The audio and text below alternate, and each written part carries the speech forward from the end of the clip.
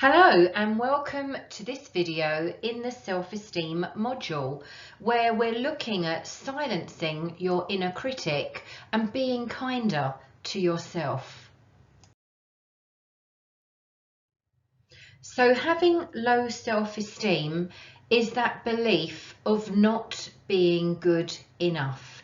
It's that inner critic that most of us are familiar with because we've got those nagging thoughts, the voice of the inner critic that tells us that we are not good enough, which lowers our self-worth and casts doubt on our goals and undermines our accomplishments.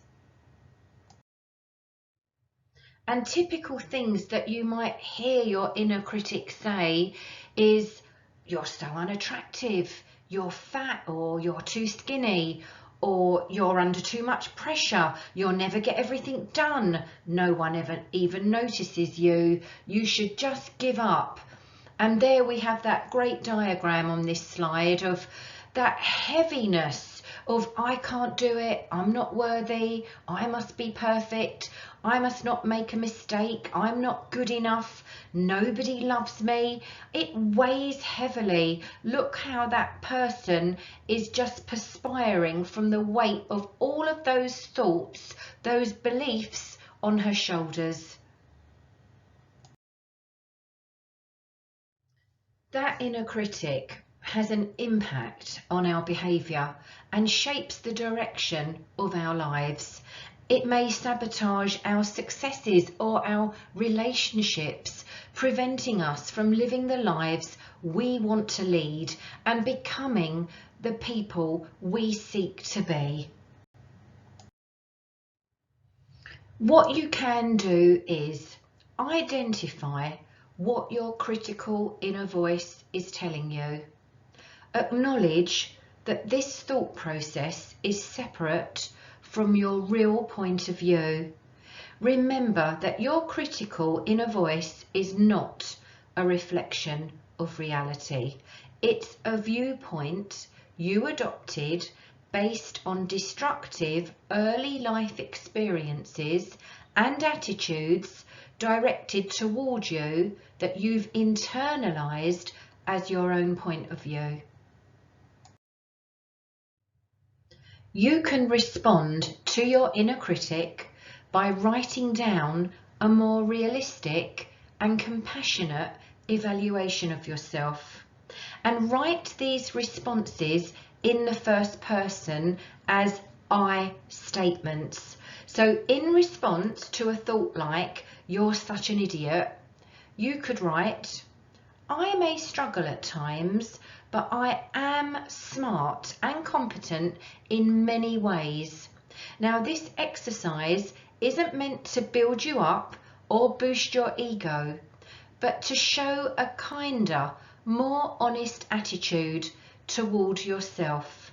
So you can pause the video here, you can get your notebook and pen and think about, what does your inner critic say to you on a daily basis? And if right now your mind's gone blank, continue watching the video, keep a notebook with you, and when you notice a thought such as you're such an idiot, remember to write a statement such as, I may struggle at times, but I am smart and competent in many ways.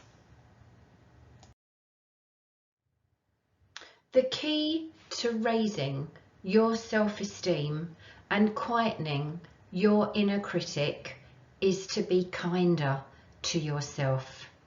So be mindful of thinking, how can I be kinder to myself?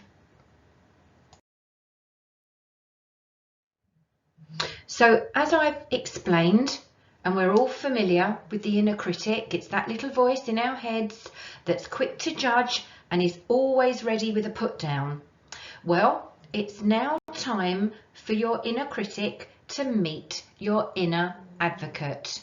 And who exactly is this inner advocate. It's another voice in your head. It's the one that defends you. So when your inner critic comes at you with ridicule and scorn, your inner advocate jumps in and presents arguments on your behalf. While your inner critic is against you, your inner advocate is for you. And there we've got Bart Simpson, that little devil, that little inner critic on his shoulder, and there is that little Bart, that little angel who is his inner advocate. Every day when you wake up, create some time for yourself and do something that brings you joy. So you can draw, journal, write short stories if that's your thing, play a musical instrument, or do anything else that you love to do. Be kind to yourself by giving yourself some me time each day.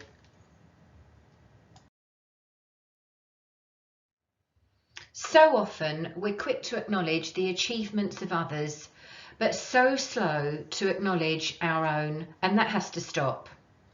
Become aware of your own achievements and give yourself recognition. When you do something you're proud of, stop for a minute and dwell on it. Praise yourself and relish the achievement. Compliment yourself. Literally pat yourself on the back and say the following: kudos to me. In life, let's be honest, we all mess up at times. So let's have a look at the following. Maybe you did something in the past that you're not proud of, or perhaps you failed to stand up for yourself and you let someone else get the better of you.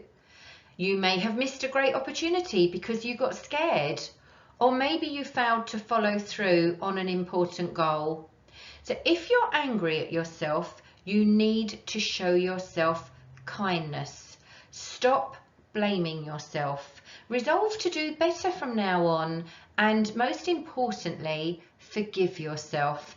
And you will find in the meditations in this course a forgiveness meditation.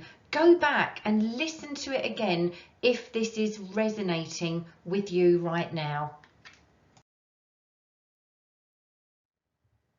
If you ever have a tough day, or maybe you get into an argument with a friend or someone you work with, or maybe you had to do a presentation and it went wrong, or maybe you've had a day in which everything that could go wrong did go wrong, make sure that you're kind to yourself by soothing yourself. You can soak in a hot tub and add some scented bath oil, or give yourself a scalp massage, or rub your feet and moisturize them, or make yourself some hot chocolate and put those lovely little pink and white marshmallows on the top, and then sit down with your favorite book of yours or a magazine.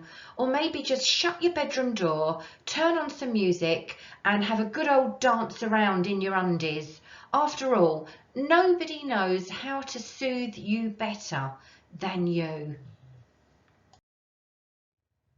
When working on self-esteem, remember your good qualities. Maybe you're a little heavier than the ideal body type, but you have long, lustrous hair. Or maybe you're not great at sports, but you're really good at maths. Or maybe you have a tendency to be melodramatic, but you have a great sense of humour and a heart of gold. Always remind yourself of your good qualities. When anyone feels that they failed or made a mistake or done something wrong, we have two choices in life.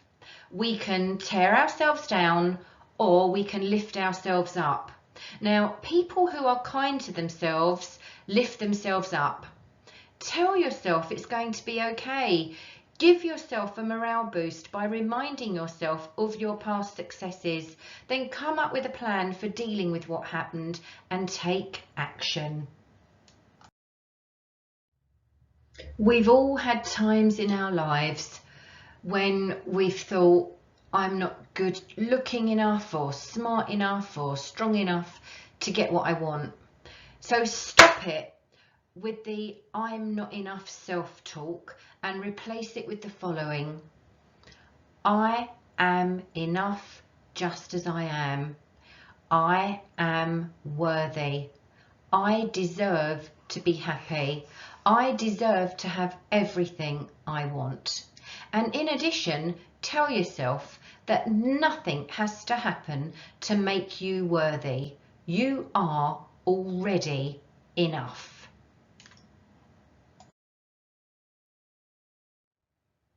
People who respect themselves, people who are kind to themselves, honour their dreams. That is, they don't downplay their dreams by labelling them as silly fantasies. Instead, they take their dreams seriously by turning those dreams into goals and creating a plan for achieving those goals. Part of being kind to yourself is acknowledging your potential. As was stated in the previous point, you should know what you want and go after it. However, never being satisfied with where you are or with what you have achieved so far in life is being unkind to yourself. Be kind to yourself by finding the sweet spot between being happy with who you are while taking action to become even better.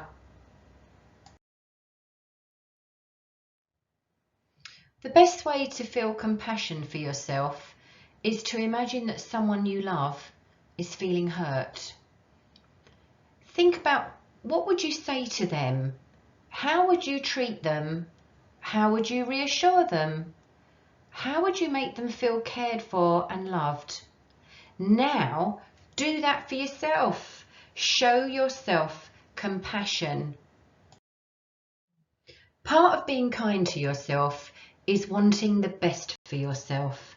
And in order to get the best, you have to believe in yourself. Have faith in your own abilities and in your own judgment.